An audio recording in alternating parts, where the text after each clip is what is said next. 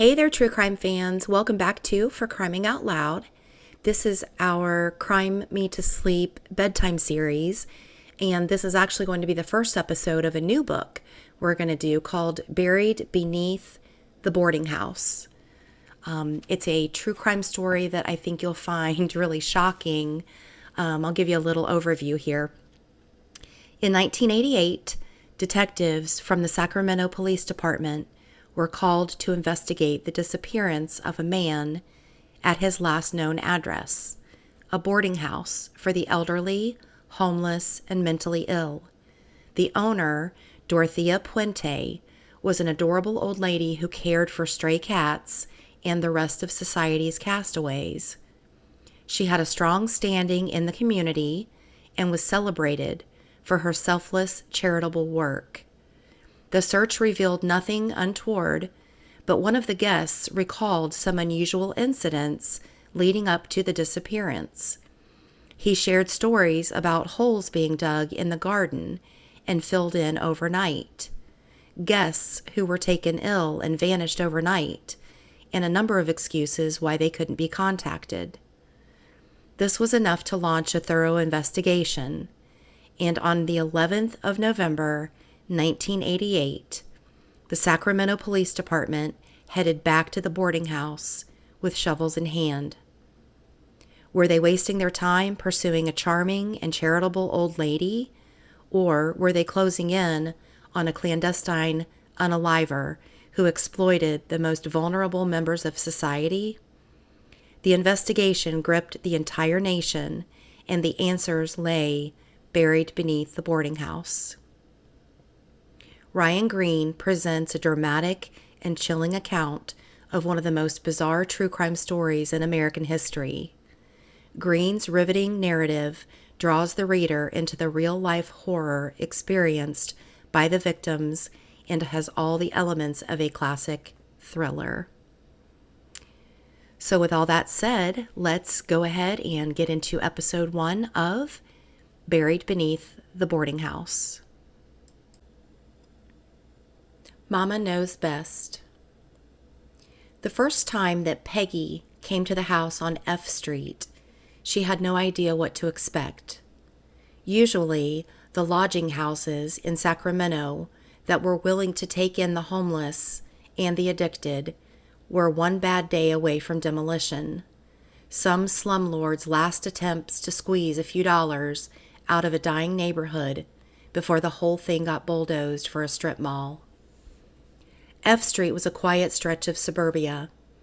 There were kids playing in the streets, riding their bikes up and down the sidewalk, and selling nothing more intoxicating than lemonade on the street corners. When she pulled up outside, with no companion but a heap of overflowing manila folders in the passenger seat, she had to stop and double-check that she was in the right place. The house at 1426 F Street was a 2-story Victorian building standing tall and proud behind a well-tended garden.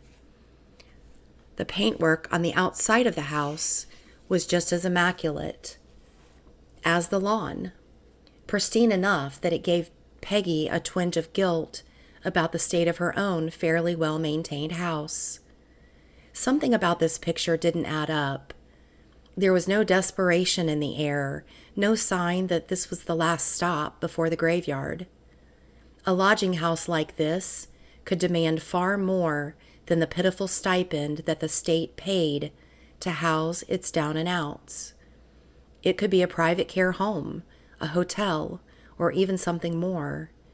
It was only when she came closer that it started to add up. There was a big man in the garden, heavily tattooed, and more than a little intimidating, as he moved among the flower beds with his muscles rippling. There was only one place that a man got top-heavy like that: prison. It was incongruous watching him carefully planting delicate flowers with hands so big and scarred. He gave a deferring nod to Peggy as she passed, but was careful not to stare at her legs, even as they went right by his face. An ex-con who intended to stay free, someone else who was down on their luck, being offered a second chance at life by whoever operated this boarding house. The door had opened before Peggy could knock, and she flinched back from the smell of liquor rolling off the man who loomed out at her. He was shorter than her, wearing clean but badly worn clothes, and he had the yellow tint of a failing liver in the whites of his eyes. Both of them froze in surprise. Then he bellowed over his shoulder, "Mrs. D, somebody here to see you." Peggy was ushered in and took in the sights and sounds with something approaching awe. The house was full of music. A record player spun in the corner of the living room, and Spanish singing drifted out through the open front door. There was a party atmosphere in the main room, and while none of the residents seemed to be drinking, they were all enjoying each other's company. There was a card game going on at the coffee table, and 2 older women sat by the bay windows chattering away. A man was sitting alone on the floral sofa, staring into space. Even his foot was tapping along to the tune. Every one of the people in the house showed some hint at their true nature. From the spasmodic twitching of one old woman to the quiet muttering of the man in the corner, each of them hinted at some deep-rooted problem that would have turned them out of any decent establishment after their first outburst. Yet here, they seemed to be flourishing. The interior of the house was in good repair, even if the style was a little outdated, and there was the unmistakable smell of home-cooked Mexican food drifting through from the kitchen. The guests seemed more like a loosely assembled family than a group of addicts, mental patients, and down-and-outs crammed into a building together. This place felt like a home. All of that had been more than a year ago, but when Dorothea had opened the door to her with a big toothless smile, Peggy felt like it could have been yesterday. "Miss Peggy, come in, let me get you a coffee. It's been too long. You're here to see Bert?" Coming into the presence of Dorothea Puente was like being enveloped by a grandmotherly hug. Peggy could easily understand why the women found it so easy to keep tensions between all of her guests under control when her presence seemed to be so naturally calming. She had such faith in everyone she met, and it felt criminal to let her down. Even correcting her on something so minor felt strange. No, not today. I'm here to be visiting a Mr. Alvaro Montoya." "Yes, Alvaro is Bert. I don't know why. Come on through to my kitchen. He is helping me in there today." On a stool by the table, Bert sat shelling peas and muttering to himself in Spanish. He should have struck an imposing figure, but just like Dorothea, he radiated peace. Peggy knew that the muttering was a symptom of his schizophrenia, the voices that only he could hear, ones that he felt compelled to answer out of some misguided politeness. But that wasn't the end of Bert's troubles. He was mentally disabled, a grown man on the outside, but little more than a child behind his deep-set eyes. His schizophrenia had made care workers nervous. He was too unpredictable in their eyes to be safely homed with other developmentally stunted adults. Meanwhile, his disability had made him incapable of navigating the all-too-complex and dangerous world of mental health wards and medication balancing. Caught between these 2 pillars of social care, he had fallen through the cracks and ended up living rough until a volunteer had picked him up and slotted him back into the system. It was the first time that Peggy had actually met the man in person. Everything else had filtered through to her in reports and coffee room conversations. He seemed every bit the gentle giant that had been promised to her, but it was all too possible that he was merely subdued because of the presence of an authority figure. Alvaro? He didn't look up from his bowl, still furiously arguing under his breath in a steady stream of Puerto Rican, accented Spanish, too fast for anyone to understand him. Peggy tried again. Bert? His head jerked up suddenly, and it was all that she could do to stand her ground as his eyes slowly focused on her. A moment later, his face cracked into a beatific smile, and she let out a breath that she didn't know she was holding. Hi there.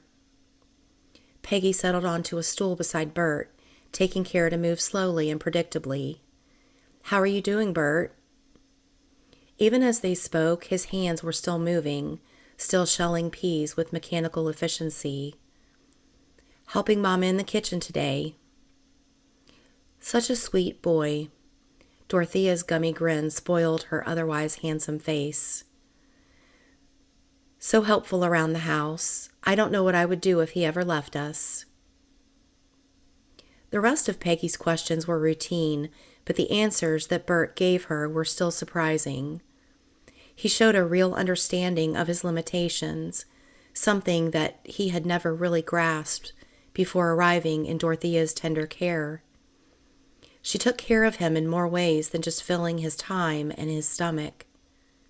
His applications for Social Security had been rewritten to ensure that he got all of the support that he was entitled to. Dorothea handled all of his money for him, providing him with spending money, but keeping him from using it for anything too frivolous or destructive. Alcohol was officially banned for the residents of F Street, and without the liquor that Peggy assumed he'd been regularly consuming on the street, all of the symptoms of his schizophrenia seemed to be becoming more manageable. He was so calm and collected that Peggy wondered if they might not start him off on medication again to bring the whispering voices in his head completely under control. By the time that their visit was done, Peggy couldn't keep her enthusiasm from showing. She wanted to hug Dorothea for what she had done, something that a whole creaking net of social workers and carers had completely failed to do for years, if not decades.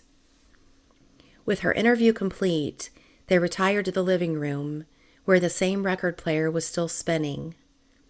She let at least a little of her excitement gush out. I can't believe what a difference you've made in that man's life. It goes above and beyond the charitable work that you've been doing so far. You're not just housing him, you're teaching him how to live in the world. He isn't calling you mama out of delusion or any belief that you're his birth parent. You've adopted that man. Dorothea feigned embarrassment. Oh, he's no trouble at all. I take care of all of my friends in the house. He just needs a little more attention than some of the others. Peggy glanced around the empty room with a hint of a frown. Where are all your other residents today? Every other time that I've visited, they've been in these communal areas. It is very sad, but so many of them have moved on, Dorothea let out a sigh. Some leave without a word, go back to the streets. Some move to a new town, new jobs, new dreams. I am happy for them. They're moving forwards with their lives, but I miss them. It's a testament to the amazing work that you're doing here that so many of them are able to find their footing and start to rebuild their lives. You should be very proud. Peggy leaned in and gave Dorothea's calloused hand a not terribly professional squeeze. Oh no, it's no trouble at all. I just wish I could do more to help all of the people in this town who are in trouble. Perhaps, she trailed off. Yes? Dorothea's eyes looked huge behind her thick glasses. If it's not too much trouble, perhaps you can send more people who need my help here to stay. I have so many empty beds in this house, and there are so many people on the streets with nowhere to sleep at all. Peggy felt like her heart was swelling up. This woman wanted nothing more than to fill her home with the homeless, mentally ill, and addicted, the ones that the rest of the world had left for dead. Oh, I promise you, after I report back on how well Alvera is settling in here, you should have more applications than you can handle. I'll be personally recommending this place to everyone else in my department. Dorothea smiled again, looking every one of her 70 years, as the wrinkles around her eyes threatened to consume her whole face. Thank you. You are so kind. There were some more pleasantries and some more pieces of paperwork to be signed off. But before Peggy knew it, she was back on her feet and heading out the door, ready to dive back into the dark and dismal world that was her calling to help people navigate. The garden had changed yet again since the last time she was here.